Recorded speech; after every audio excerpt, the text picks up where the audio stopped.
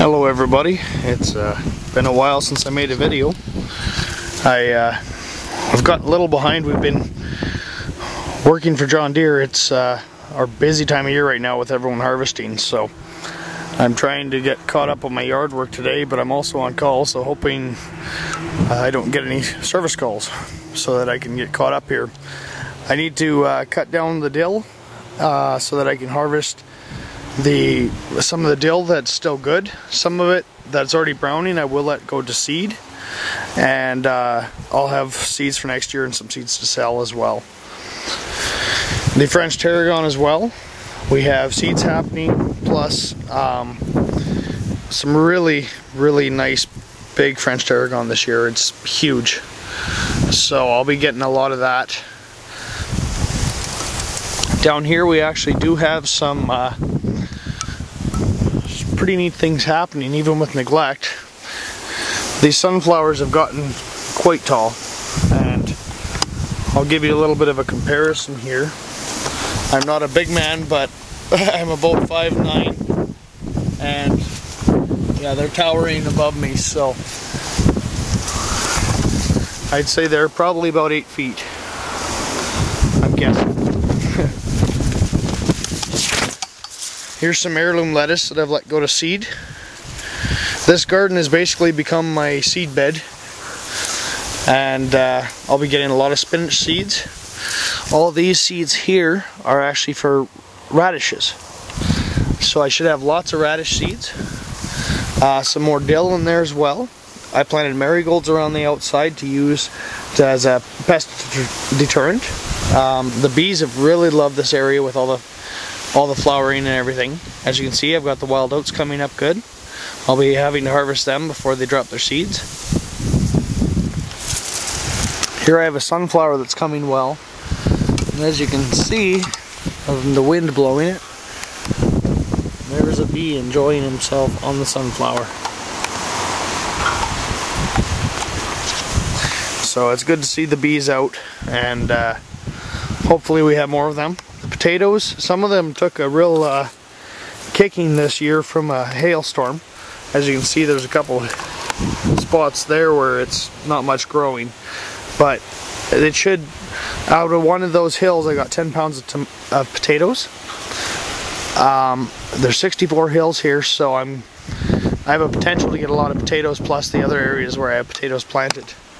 As you can see in the far row there is the black heirloom popcorn, and it's actually coming up better than I expected. I didn't get as many plants come up as I wanted, but I'm hoping that I'll have enough to have seeds for next year and be able to try a little bit. Over here you can see the Swiss chard is huge. We've been eating it, but we have more than we need. There's also morning glories in there, and then these tall ones here, it's actually some kind of horseradish, and they're kind of going to seed now, but I should dig up some roots here, and it's probably a little too late now, but I got a little behind on some of this stuff.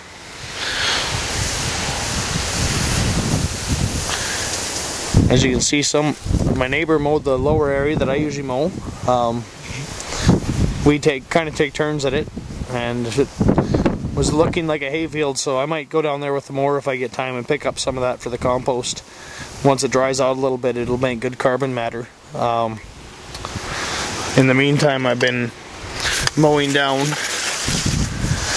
the clover, and as you can see, I have some left here, and it's actually going to seed, and I could be collecting seeds if I wanted to, and I might collect some and maybe try to sell them, but I'd have to make sure they would grow first. But in the meantime, I was feeding the bees for most of the summer with the flowers, and once the flowers began to die off, because it took up such a large area, I used the biomass from it because of its high nitrogen level. There's still some of the clover here and some alfalfa, which I want to harvest the flowers from, and you can dry them and use them in teas. And it's quite nice to have on our long winters as a warm cup of tea sometimes. My mystery plant, I'm beginning to lean towards pumpkin as they grow bigger, but I'm not sure. They are quite large, as you can see. And down in here, there's a couple more of them. And this is all growing in my compost pile.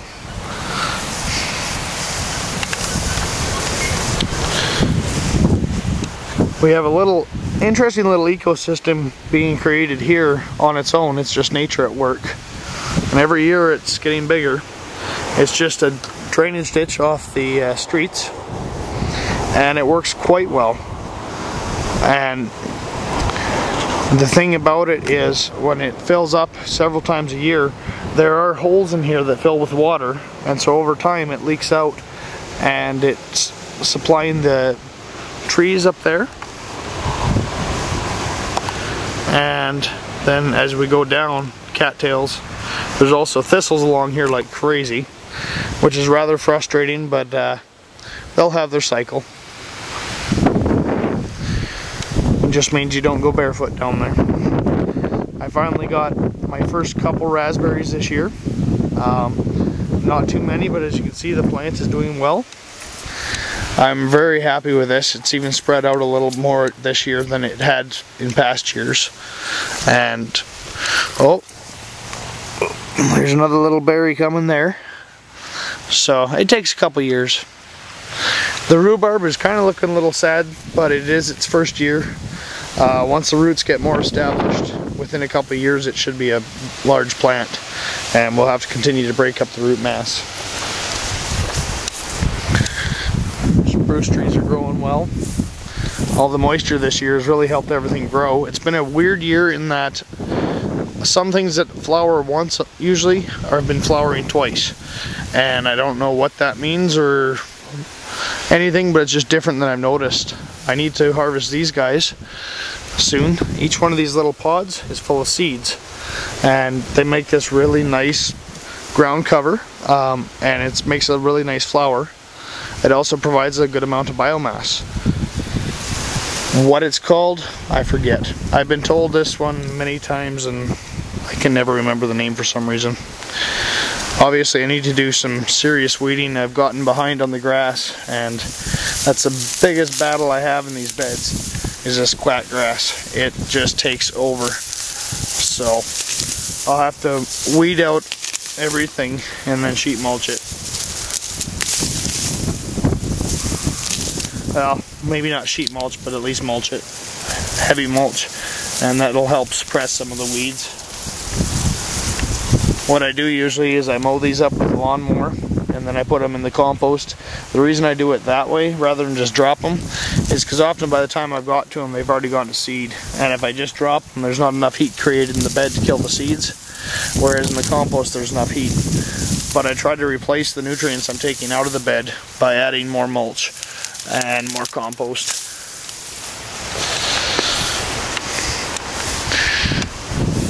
Here's another nice little area of alfalfa that a lot of the bugs are enjoying right now, and I'm gonna have to harvest some of these for tea if I want some, or it'll be too late. You just have a matter of days sometimes, but there's a lot of projects like that that I'm kind of getting behind on, but trying to get caught up. Here's the banana potatoes.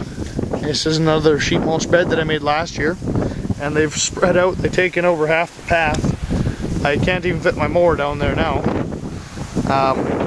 We'll see what we actually get for potatoes out of this. The plants look good. They've flowered and everything, and I'm not sure if any of them have gone to seed. Looks like some of them have, but almost like the seeds are gone.